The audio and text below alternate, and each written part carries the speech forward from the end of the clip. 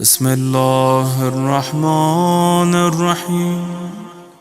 قرآن مجید نے انسان کی کامیابی، فلاح و بہبود کا راستہ ایک ہی بتایا۔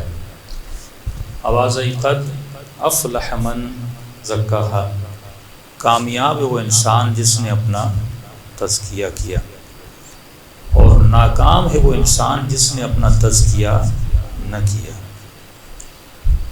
آپ نے لفظ تزکیہ ضرور سنا ہوگا کہ حیوانات کا تزکیہ کیا جاتا ہے۔ تزکیے کا مطلب جس انسان نے خود کو پاک نہ کیا وہ انسان ناکام ہے۔ اللہ نے ایک چیز انسان کی فطرت میں رکھی ہے کہ ہر انسان کامیابی چاہتا ہے۔ کافر، مومن، منافق، ہندو، کرسچن، کسی بھی مکتب سے اس کا تعلق ہو، لیکن اس کی نیچر میں، اس کی فطرت میں خدا نے ایک چیز رکھی ہے، یہ ہمیشہ کامیابی کی تلاش میں ہوتا ہے، تک و دو میں ہوتا ہے۔ جوان ہوگا کامیابی کے پیچھے، بوڑھا ہوگا کامیابی کے پیچھے۔ تو مسئلہ کیا ہے کہ ہر انسان ہے کامیابی کے پیچھے، لیکن ہمیں نظر ایسے آتا ہے کہ ہزاروں لوگ اپنی زندگیاں تباہ و برباد کرتے ہوئے نظر آتے ہیں۔ مثال دے رہا ہوں کہ ابھی آپ نے دیکھا کہ افغانستان کے جہاز سے، جو امریکہ کا جہاز اڑا، 2 سے 3 لوگ اس جہاز سے نیچے گرے اور مر گئے۔ جب وہ جہاز پہ چڑھ رہے تھے تو وہ کامیابی کے پیچھے تھے، وہ کامیابی کی تلاش میں تھے۔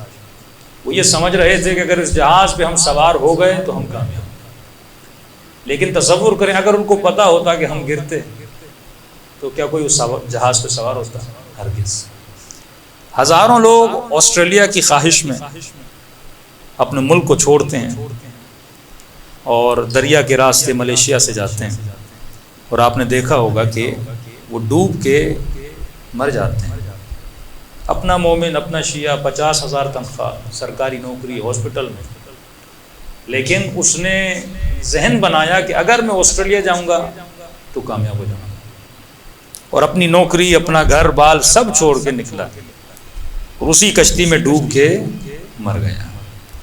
تو ایسے ہزاروں انسان آپ کو ملتے ہیں۔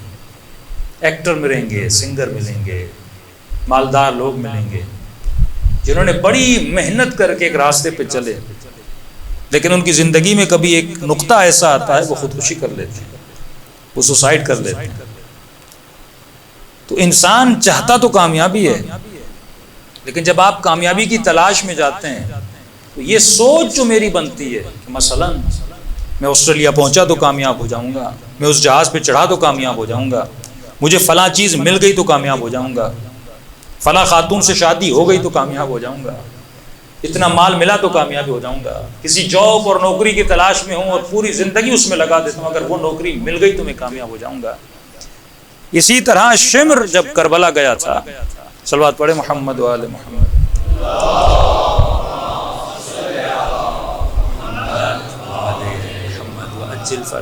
تو وہ یہ سوچ کے نہیں گیا تھا کہ میں ناکام ہونے جا رہا ہوں۔ ابن سعد جب کربلا پہنچا تو اس نے یہ سوچا تھا اگر مجھے رے کی حکومت مل گئی تو میں کامیاب ہو جاؤں گا۔ تو معصوم فرماتے ہیں کہ اے انسان، تجھے یہ کیسے پتا چلے کہ یہ جو فکر تمہاری ذہن میں آ رہی ہے یہ فکر صحیح ہے یا غلط ہے؟ کیونکہ آپ اپنی فکر کو فالو کرتے ہو۔ آج اس مجمع میں جو جہاں پر بھی ہے وہ اپنی فکر پر عمل کر کے یہاں پہنچا ہے۔ ایون جو نشہ کرتا ہے انسان وہ اپنی فکر کو فالو کرتا ہے۔ تو تجھے دیکھنا یہ ہے کہ تمہاری فکر صحیح ہے یا غلط ہے۔ اگر فکر صحیح ہو گئی تو زندگی بھی صحیح ہو جائے گی۔ تو اہل بیت کا کام یہ تھا کہ انسان کی افکار کو صحیح ڈائریکشن پہ لائیں۔ اگر اس کی فکر صحیح ہو گئی یہ سلمان فارسی بن جائے گا، اگر اس کی فکر غلط ہو گئی یہ زبیر بن جائے گا۔ صراط مستقیم کا مطلب یہی ہے کہ تمہاری فکر ایک سیدھے راستے پر چلے، کیونکہ یہ فکر ہے جو تمہاری زندگی کو ڈائریکشن دیتی ہے۔ یہ فکر ہے جو تمہاری، جس طرح آپ گاڑی میں بیٹھتے ہیں آپ میپ لگاتے ہو، اگر یہ میپ آپ کو غلط ایڈریس بتائے، پورے اسلام آباد میں گھومتے رہو گے امام بارگاہ تک کبھی پہنچ نہیں پاؤ گے۔ کیونکہ آپ نے اپنا قبلہ، اپنا کعبہ کسے بنایا؟ گوگل میپ کو بنایا. تو اب اس گوگل میپ کی ڈیوٹی ہے کہ آپ کو صحیح ایڈریس دکھائے. اسی طرح سوال یہ ہے تم نے اپنی زندگی کا میپ کس کو بنایا ہے؟ جس سے ہم اپنی ڈائریکشن پوچھیں، جس سے میں پوچھوں کہ میری زندگی کی کامیابی کیا ہے، میری زندگی کی ناکامی کیا ہے. جس سے جوان پوچھے کہ میں جاب کرنا چاہتا ہوں، میں اچھی نوکری کرنا چاہتا ہوں. جس سے خاتون پوچھے کہ میں شادی کرنا چاہتی ہوں. جس سے ایک باپ پوچھے کہ میں اپنی بیٹی کا رشتہ کرنا چاہتا ہوں. جو مجھے صحیح ڈائریکشن بتائے. وہ کون سا سافٹ ویئر ہے جو مجھے صحیح ڈائریکشن بتائے گا؟ تو معصوم فرماتے ہیں کہ اپنی زندگی کی ڈائریکشن ولایت اہل بیت سے لو. اس میپ کا نام مجلس حسین ابن علی ہے. اس میپ کا نام کربلا کا میدان ہے کہ یہاں سے تجھے زندگی کی صحیح سمت کا پتہ چلتا ہے، صحیح راستے کا پتہ چلتا ہے. اور اس علم کو نفس کی معرفت کا علم کہا جاتا ہے.